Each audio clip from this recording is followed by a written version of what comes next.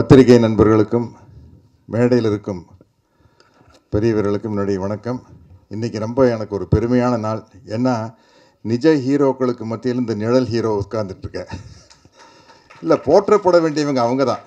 நான் என்ன சொல்கிறேன்னா, நிழல் ஹீரோக்களை பார்த்து விசிலடிங்க, கைதட்டிங்க, என்ன வேணாலும் அந்த டிக்கெட்டெல்லாம் கிழிச்சு வீசுங்க. நிழல் ஹீரோக்களை பார்த்து எவ்வளோ வேணாலும் கைதட்டுங்க. ஆனால் நிஜ ஹீரோக்களைத்தான் நாம் போற்ற வேண்டும். அதுதான் முக்கியம். ஏன்னா நிழல் ஹீரோக்களுக்கு நீங்கள் வரவேற்பு கொடுத்தா தான் நாங்கள்லாம் பிழைக்க முடியும். அதனால் அது முக்கியம். இப்போ டைரக்டர் தீரன் அவர்களுக்கு ஒரு மகிழ்ச்சியான செய்தி என்ன, நம்ம நீதியரசர் சந்திர அவர்களே சர்டிஃபிகேட் கொடுத்துட்டாங்க. தீர்ப்புகள் விற்கப்படும் டைட்டில் ஓகே. அதனால் நாளை படம் ரிலீஸ் ஆனதுக்கப்புறம் ஏதாச்சும் பிரச்சனை வந்தாலும் கூட ஒன்றும் செய்ய முடியாது, நீதியரசர் கொடுத்துட்டாங்க. இது நல்ல ஒரு குடும்ப விழா மாதிரி இருந்தது.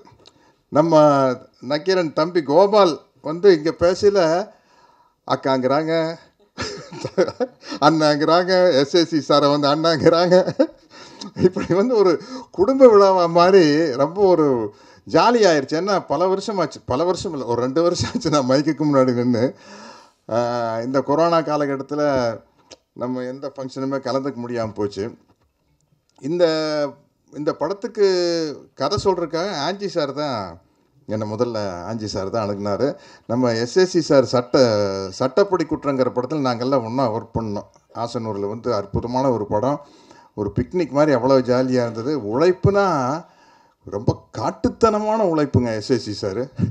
அது படால்னு காலங்காத்தால் 4 மணிக்கு எழுப்பி விட்டு செம்ம குளிர் வேறு. அந்த படம் முடிஞ்சு வர்றதுக்குள்ளே சரியான இருமலெல்லாம் வந்துருச்சு. அந்த அளவுக்கு அப்படி ஒரு ஹார்டு ஒர்க்கர். அதனால தான் சொல்கிறாரு பாருங்கள், இந்த படத்தினுடைய பட்ஜெட்டு பற்றி எஸ்எஸ்சி சார் சொல்கிறாரு, நானாக இருந்தால் இவ்வளோதான் செலவு பண்ணியிருப்பேன் அப்படிங்கிறாரு. அந்த அளவுக்கு அப்படி ஒரு கடுமையான உழைப்பாளி. இந்த படத்தினுடைய கதை ஆஞ்சி சார் தான் சொல்லி கூப்பிட்டாரு. அப்போ ப்ரொடியூசராக இருந்தார் சாஜி சார். அவரும் நம்ம டைரக்டர் தீரனை கூப்பிட்டு வந்தார். கதை கேட்டேன், எனக்கு ரொம்ப கதை பிடிச்சிருந்தது. ஆனால் எனக்கு இதை சென்சாரில் மாட்டிக்குமா இந்த கதை அப்படிங்கிற மாதிரி சிக்கல். நீங்கள் வேறு தம்பி கிரண் கோபால் வேறு பூராத்தையும் சொல்லிட்டார். இது கேட்டோன்னே இது நம்மளுக்கு சென்சாரில் என்ன ஏற்கனவே நம்மளுக்கு அனுபவம் இருக்குது. பாரதி ராஜா சார் படம் வேதம் புரியுது நான் தான் நடித்தேன். படத்தை பாட்டு சென்சாரில் சீனெல்லாம் கட் பண்ண சொல்ல, நம்ம பெருந்தன்மையாக இந்த படத்தையே வெளியிட முடியாதுன்னு சொல்லிட்டாங்க. படம் பேண்டு. என்னடா வேதம் புரியுது, அதில் ஒரு உயர் ஜாதி என்று தங்களை தாங்களே சொல்லிக்கொள்ளும் ஒருத்தரை பல்லக்களை தூக்கிட்டு வந்துட்டாங்களாமா. ஏங்க நீங்கள் இப்படி இப்போ மனுஷங்களை தூக்க வச்சுட்டு நீங்கள் ஜாலியாக பல்ல குழுக்கான்ட்டு வர்றீங்களேன்னு சொன்ன காட்சி எடுத்தாத்தான் முடியுங்கிற மாதிரி இன்னும் சில வசனங்களெல்லாம் எடுத்து ஆகணும் அப்படின்ட்டாங்க. அப்போ புரட்சித் தலைவர் எம்ஜிஆர் அவர்கள் தான் முதலமைச்சராக இருந்தாங்க. பாரதி ராஜா சார் போய் கேட்கவே இல்லை. அவரே பாரதி ராஜா சார்கிட்ட என்னமோ உங்கள் படத்துக்கு பிரச்சனையாமே, படத்தை போடுங்க நான் பார்க்கணும் அப்படின்ட்டார். ஏவிஎம் ஏசி தேட்டரில் எப்போன்னு இன்றைக்கி சாயந்தரமே போடுங்கன்ட்டார். ஏவிஎம் ஏசி தேட்டரில் 6 மணிக்கு அந்த படத்தை போடுறாங்க. பாரதி ராஜா சார் வாத்தியார்கிட்ட சொல்கிறார், அண்ணன் எனக்கு ஒரு வேலை இருக்குது, உன்னை யார் வர சொன்னாங்க, நீ படம் போடு நான் பார்த்துக்கிறேன் அப்படின்ட்டார். நான் ஒரு ஷூட்டிங்கில் இருக்கேன். எனக்கு ஃபோன் பண்ணி, சத்யராஜ் நீங்களாவது போங்க சிஎம் வராரு அப்படின்னு. சார் நான் ஒரு ஷூட்டிங்கில் இருக்கிறேன் சார். ஆனால் சொல்லிட்டு போங்க சிஎம் வராரு, அவர் தனியாக படம் பார்ப்பார். வந்தார், நான் மட்டும் தனியாக அங்கே நின்றுருக்கிறேன். என்னடா அதுன்னு சொல்லிட்டு ஒரு 6 மணிக்கு சல்லுன்னு பெரிய பரபரப்பெல்லாம் கிடையாதுங்க. இந்த பிளாக் கார்ட்ஸ் தள்ளு புல்லு அதெல்லாம் ஒன்றும் கிடையாது. சாதாரணமாக அவர் வண்டி ஒரு 2 ஜீப்பு வந்துடுவேன். மயில் நம்ம வாத்தியார் கதை பேச ரசித்து கேட்குறான் பாருங்க, மயில் அடிக்கிறான் பாருங்க டைலாக். ரிக்ஷாக்காரன் படம் எப்போ வந்தது, நடந்ததை நான் சொல்லிட்டேன், நடக்காத வக்கீல் சார் சொல்லிட்டாரு, நடக்க போகிறது நீங்கள் தான் சொல்லணும். அந்த வசனம்லாம் எனக்கு மனப்பாடம். வந்தார், நான் மட்டும் தனியாக நின்றுட்டு இருந்தேன். ஏவிஎம் ஏசி தேட்டரில் உட்காந்தார். நான் போய் ஒரு ஓரத்தில் உட்காந்தேன். இங்கே வாங்க எங்கே அங்கே போகிறீங்க? இல்லை நான் அப்படி ஒரு ஓரமாக உட்காந்து, இல்லை என் பக்கத்துலேயே உட்காருங்கன்னு சொல்லி பக்கத்தில் உட்கார வச்சு நம்ம கொஞ்சம் ஆட பாடலை அப்படின்னு நெட்டி முறிச்சிட்டு படம் பார்க்கலான்னு அதுக்கு வழி இல்லை. இப்போ நீதி அரசருக்கு திலகவதி அம்மாவுக்கு நடுவில் இப்படியே கையை கட்டிட்டு உட்காந்து இப்படியே 3 மணி நேரம் சைடில் இடிக்காமல் எப்படிங்க படம் பார்க்குறது? படம் ஆரம்பிச்சோன்னா அந்த இன்டர்வல் பிளேஸ் படம் ஆரம்பிக்கல, சான் என்னமோ அந்த எம்பளம் வந்தது. தொடையை தட்டினார், அண்ணே சவுண்டு அதிகமாக இருக்கா அப்படின்னு. ஆமாம் ரொம்ப குஷியாகிடுவார். ஏதாச்சும் அவர் நினச்சதை செஞ்சுன்னு வச்சுங்களேன், கையை பிடிச்சி முத்தம் கொடுப்பாரு, இப்படி குத்துவார் தோளில், இதெல்லாம் நடக்கும். போய் உள்ளே போய் சவுண்டு குறைச்சிட்டு வர சொன்னேன். அதில் ஒரு நல்ல இன்சிடென்ட் சும்மா சொல்லிடலாம். அப்போ நான் அதை கவனிக்கலை. படம் ஆரம்பித்து ஃபுல்லாக இருட்டானதுக்கப்புறம் அவர் பக்கத்தில் தான் உட்காந்துருக்குறேன், கால் மேலே கால் போட்டு உட்காந்தார். இது நான் அப்போ நோட் பண்ணல. இன்டர்வல் பிளேஸ்மெண்ட் வரையில் கொஞ்சம் அந்த இன்டர்வல் வரப்போகுது. நான் அப்போல்லாம் இந்த எஸ்ஐசி சார் அது என்ன டபுள் இம்போஸ் பண்ணால் கொஞ்சம் கலர் ஏதோ குறையும் இல்லை, அவர் நம்மால் தானே, அது கண்டுபிடிச்சி லைட் போடையில் கால் எடுத்துட்டாருங்க. அப்புறம் மறுபடியும் இன்டர்வலில் வந்து அண்ணன் என்ன சாப்பிட்றீங்க அப்படின்னா, ஒரு 10-15 பேர் அவரோட வந்திருந்தாங்க. சும்மா இருங்க அப்படின்னார். இல்லை சொல்லுங்கள் என்ன சாப்பிட்றேன், சைலண்ட் அப்படின்னார். பார்த்தா அவர் ஒரே காஃபி டீ பலகாரம் அது இது லொட்டு லொசுக்கு ஏகப்பட்ட டிஃபன் ஐட்டுக்குள்ளே வருது. எப்படி அப்படின்னாரு.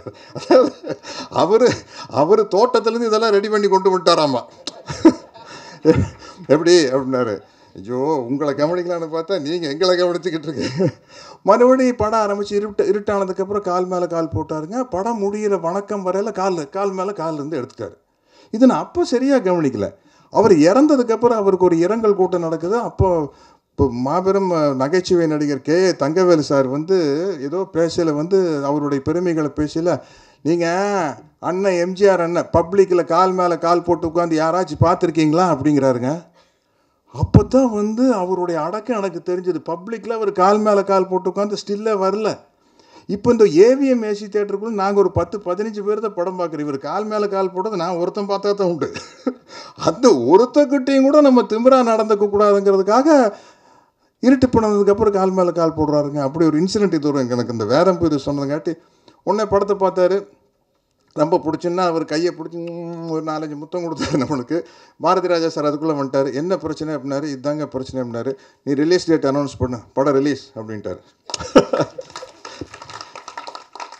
இது வேதம்பூர். இது அப்பாடா என்ன நான் ஒரு வித்தியாசமான கேரக்டர் பண்ணிக்கிறேன். பல படத்தில் வில்லனாக நடித்து தகடு அது இதெல்லாம் பண்ணி முட்டன் சின்ன தாசம் கூட பார்த்தீங்கன்னா கடலோர கவிதையில் பாரதி ராஜா சார் டைரக்ஷனில் வில்லனாக இருந்தால் அப்புறம் ஹீரோ ஆகிருப்பேன். நெகட்டிவ் கேரக்டர்லேருந்து பாசிட்டிவ் கேரக்டர் ஆகிருப்பேன். முழுக்க ஒரு ரொம்ப வித்தியாசமான படம் பாலுத்தேவர் கேரக்டர். அதுக்கு ஆப்பு வந்துருச்சுன்னு பயந்துட்டு இருந்தால் வாத்தியார் காப்பாற்றி விட்டார். அடுத்தது வந்து பெரியார் படம். பெரியார் படத்தில் வந்து நான் பேசின வசனங்கள் எல்லாமே பெரியார் பேசிய வார்த்தைகள் தான். அந்த படத்துக்கு வந்து டைரக்ஷன் வந்து ஞானராஜசேகர் சார் திரைக்கதை டைரக்ஷன். வசனம் வந்து அந்த படத்துக்கு பெரியார் தான். பெரியார் பேசின வசனத்தை தான் பேசணும். ஒருத்தருடைய பயோபிக் எடுக்கையில் என்ன நடந்ததோ அது அப்படியே தான் எடுக்க முடியும். அதுக்கு பெரிய ஆர்ப்பாட்டம். இந்த படம் வரட்டும், அந்த படத்தில் அந்த டைலாக் வந்துடுமா பார்க்கலாம், இந்த டைலாக் வந்துடுமா பார்க்கலாம், அந்த பாடல் வரிகள் வந்துடுமான்னு பார்க்கலாம். அப்போ வந்து கலைஞர் சிஎம்மாக இருந்தார். கலைஞர்கிட்ட போய் ஐயா ஏகப்பட்ட எதிர்ப்பு ஐயா படத்துக்கு அப்படின்னா, பெரியாரே எதிர்ப்பில் வளர்ந்தவர் தானே, அப்புறம் படத்துக்கு மட்டும் எதிர்ப்பு இல்லாமல் எப்படி நல்லா இருக்கு அதெல்லாம் பார்த்துக்கலாம் அப்படின்ட்டார். அந்த படத்தை காப்பாற்றி கொடுத்தவர் நீதியரசர் சந்துரையா தான். இப்போ தான் எனக்கு தெரிஞ்சது. அதில் இருக்கிற எல்லா வசனத்தையும் பாடல் வரிகளையும் ஞாபகமாக வச்சுங்கிட்டு சொல்கிறாரு. அந்த ஒரு வரியும் கூட கட் பண்ணாமல் பெரியார் படம் வந்திருக்குன்னா அதுக்கு இப்போ நன்றி சொல்லிக்கிறேன் உங்களுக்கு. அது மாதிரி சரி அப்படி இருக்குது. இந்த படத்தினுடைய கண்டென்ட்டை கேட்டேன், இந்த படத்தினுடைய டைட்டிலை கேட்டேன். அப்போ நான் தீரன்கிட்ட கேட்குறேன், ஏங்க இது போய் எனக்கு ஒன்றும் இல்லை, நான் ஒரு 10 படத்தில் நடிச்சிட்டு இருக்கிறேன், இதில் நான் பாட்டுக்கு நடிச்சிட்டு காசை வாங்கிட்டு போயிடுவேன். ஆனால் ஒரு ப்ரொடியூசர் மாட்டிக்குவார், உங்கள் முதல் படம் அது மாட்டிக்குமே, இப்படி கண்டென்ட் இப்படி இருக்கு, கொஞ்சம் கத்தி மேலே நடக்கிற மாதிரி கொஞ்சம் பசங்க நான் வந்து ரொம்ப வன்முறையாகி போவோமே இந்த கதை அப்படின்னா, இல்லை சார் அப்படி இல்லாமல் எடுக்கிறேன்னு சொல்லி இன்றைக்கி சென்சாரில் வந்து அழகாக அருமையாக நல்லபடியாக இந்த படத்துக்கு சென்சார் சர்டிஃபிகேட் வந்துருச்சு. அதனால தான் தம்பி கோபால் அவர்கள் சொல்லியும் கூட தைரியமாக பரவாயில்ல, ஒரு கதையை சொன்னாலும் பரவாயில்ல, எப்படி சர்டிஃபிகேட் வாங்கிட்டும் இல்லை அப்படின்ட்டு. ஆனால் இன்றைக்கி சர்டிஃபிகேட் வாங்கினாலும் பத்தாது, அதுக்கப்புறம் ஒரு சென்சார் வச்சுருக்காங்க. ஜெய்பீம் வருது பார்த்தீங்களா, இப்படி வந்து பல லேயரில் இருக்குது சென்சார். அந்த மாதிரி ஒரு சென்சார் இந்த படத்துக்கு வரும். நான் தீரன்கிட்ட கேட்டேன், நான் என்னென்ன பேசலாம் மேடையில், என்ன டோட்டலாக வந்து அவுத்து விட்டுற முடியாது மேட்ரை. இல்லை இது பேசுங்க சார், அது பேசிடாதீங்க சார் அப்படின்னா அதை வந்து கோபால் சார் பேசிட்டார். தம்பி அடிச்சு விட்டார், மியூசியம் வந்து தடவுனார், வெட்டிட்டாங்கன்ட்டார். இப்போ என்ன பிரச்சனை வரும்னா, ரிலீஸ் ஆனதுக்கப்புறம் நீ இஸ்லாம் நாட்டு சட்டங்களை ஆதரித்து படம் எடுக்கிறாய் அப்படின்னு உங்களுக்கு ஒரு பிரச்சனை வரப்போகுது. அது மாதிரி இப்போ இது ஒரு பரபரப்பான படம். இன்றைக்கி வந்து என்னென்னா, இந்த நிஜ ஹீரோக்களுடைய கண்டென்ட்டை வச்சுட்டு படம் எடுங்க. நீதியரசர் சொன்னது, நம்ம திலகவதி அம்மா ஐபிஎஸ் எவ்வளவு கண்டென்ட் சொல்கிறாரு பாருங்கள். ப்ரொஃபஸர் நீங்களே பண்ணணும். என்னன்னு கேட்டால், அதை வந்து ஒரு காலகட்டத்தில் பராசக்தி காலகட்டத்தில் கலைஞர் பண்ணார், ஓர் இரவு காலகட்டத்தில் அண்ணா பண்ணிகிட்டு இருந்தார். அதுக்கப்புறம் வந்து நாடோடி மன்னன் படத்தில் புரட்சி தலைவர் பண்ணாங்க. அதுக்கப்புறம் எஸ்ஏசி சார் வந்து சட்டம் இருட்டருன்னு ஆரம்பித்து எடுத்துகிட்டு இருக்கிறாங்க. இன்றைக்கி அதனுடைய ஒரு மாடர்னிட்டி வந்துருச்சு. இன்னும் யதார்த்தமாக சொல்ல ஆரம்பிச்சிட்டாங்க. அது வந்து நம்ம சினிமாவில் எப்படின்னா, ஒரு விஷயம் ஜெயிச்சிருச்சுன்னா பணம் போட்டு படம் இருக்கிற ப்ரொடியூசர் தானே, அவங்க ஜெயிக்கிற படம் தானே எடுக்கணும்னு ஆசைப்படுவாங்க. அதனால் வந்து இப்போ நம்ம வாசார் பண்ணார் சின்ன தம்பி, தாலி சென்டிமெண்ட்டு ஜெயிச்சிருச்சுன்னு வச்சுங்களேன், எல்லா படத்துலையும் தாலி சென்டிமெண்ட் வந்துடும். இப்போ என்ன ஆகி போச்சுன்னா, சமூக நீதி ஜெயிக்கிற ஒரு ட்ரெண்ட் வந்துருச்சுங்க. இல்லாட்டி சினிமாவில் பாருங்கள், இன்றைக்கி வந்து பின்னாடி ஐயா பெரியார் படம், அம்பேத்கர் படம், மார்க்ஸ் படம் இருக்குது. அந்த படங்கள்லாம் சூப்பர் ஹிட் ஆகுது இல்லையா, பிச்சுக்கிட்டு போதே. அது வந்து நம்ம வந்து அம்பேத்கர் வந்து கற்பி ஒன்று சேர் புரட்சி செய்யன்னு சொன்னார். கற்பிக்காமல் ஒன்று சேர்த்து புரட்சி செஞ்சால் அது புரட்சியாக இருக்காது, வன்முறையாக மாறிடும். கற்பித்த பிறகு ஒன்று சேர்த்து செய்வது தான் புரட்சி. அதை வந்து அழகாக ஜெய்பீம் படத்தில் சொல்லியிருப்பாங்க. இப்போ அவர் சந்துரு ஐயா கிட்ட வந்து 96,000 வழக்குகள் இருக்குது. அவ்வளோ கதைகள் இருக்குது. அந்த கதைகளை வந்து இன்றைக்கி வணிக ரீதியாக அருமையாக படம் எடுத்துகிட்டு போகலாம். மக்களுக்கு வந்து ஒரு செய்தி, ஒவ்வொரு படமும் வந்து ஒரு பாடமாக இருக்கும். நம்ம நல்ல நேரம் படத்தில் வாத்தியார் பாடியிருப்பார், ஓடி ஓடி உழைக்கணும் ஊருக்கெல்லாம் கொடுக்கணுங்கிற பாட்டில், நாம் பாடுற பாட்டும் ஆடுற கூத்தும் படிப்பினை தந்தாகணும், நாட்டுக்கு படிப்பினை தந்தாகணும், ஓடி ஓடி உழைக்கணும் ஊருக்கெல்லாம் கொடுக்கணும். அந்த பாட்டில் நாம் பாடுற பாட்டு ஆடுற கூத்தும் படிப்பினை தந்தாகணும், நாட்டுக்கு படிப்பினை தந்தாகணும். வாலியின் வரிகள் நினைக்கிறேன். மயில நான் நீ வாத்தியாரை பற்றி பேசிகிட்டே போகாது, அது டைம் லிமிட்டே இருக்காது.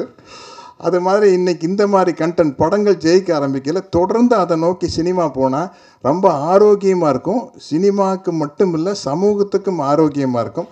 அதில் ஒரு சின்ன பங்காக இந்த தீர்ப்புகள் விற்கப்படும் அமையும் அப்படிங்கிற நம்பிக்கை இருக்குது.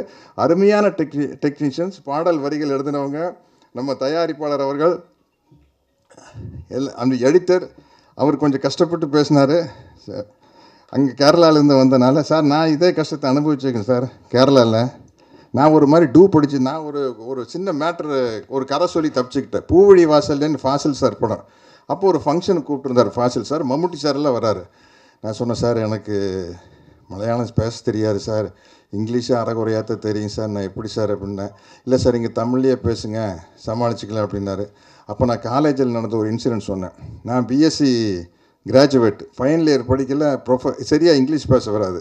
ப்ரொஃபஸர் வந்து என்னை திட்டினார், டே பிஎஸ்சி ஃபைனல் இயர் படிக்கிற, ஒழுங்காக 4 எழுத்து இங்கிலீஷ் பேச தெரியாது அப்படின்னாரு. நான் சொன்னேன், சார் கோயம்புத்தூர்லேருந்து பாலக்காடு 40 கிலோமீட்டர் சார், எனக்கு மலையாளமே தெரியாது. கோயம்புத்தூர்லேருந்து லண்டன் 4000 கிலோமீட்டர் சார், எனக்கு எப்படி சார் இங்கிலீஷ் தெரியும் அப்படின்னு ஒரு பிட்டை போட்டு தப்பிச்சுக்கிட்டேன். இதை வந்து நீங்கள் அப்படியே ரீமேக் பண்ணிக்கலாம். எங்கே போனாலும் வந்து இப்போ இது ஆந்திராவுக்கு போனால் இது அப்படியே மெட்ராஸ்லேருந்து திருப்பதி பாடுற 40 கிலோமீட்ரு, கர்நாடகாவுக்கு போனால் இங்கேருந்து இப்படி சொல்லி சொல்லி தப்பிச்சுக்கலாம் இல்லைங்களா? நல்லா. அதனால் வந்து இன்னொரு முக்கியமான விஷயங்க, ஆங்கிலம் தெரியாது வந்து இப்போ ஆங்கிலம் தெரிகிறதுங்கிறது வந்து பெருமைக்குரிய விஷயம் இல்லை. அப்பப்போ அது அவசியமான விஷயம். அப்படி தான் நம்ம கார் ஓட்ட கற்றுக்கிற மாதிரி, நீச்சல் தெரிகிற மாதிரி, கம்ப்யூட்டர் டெக்னாலஜியில் தெரிகிற மாதிரி அது பெருமை சார்ந்த விஷயம் இல்லை. மேபி அவங்கவுங்க சூழ்நிலையை பொறுத்து ஒரு அவசியம் சார்ந்த விஷயம். அதுதான் நம்ம பொதுவாக வந்து இங்கிலீஷ் பேசாததை வந்து ஒரு காமெடியாக பண்ணிகிட்ருக்குறோம்.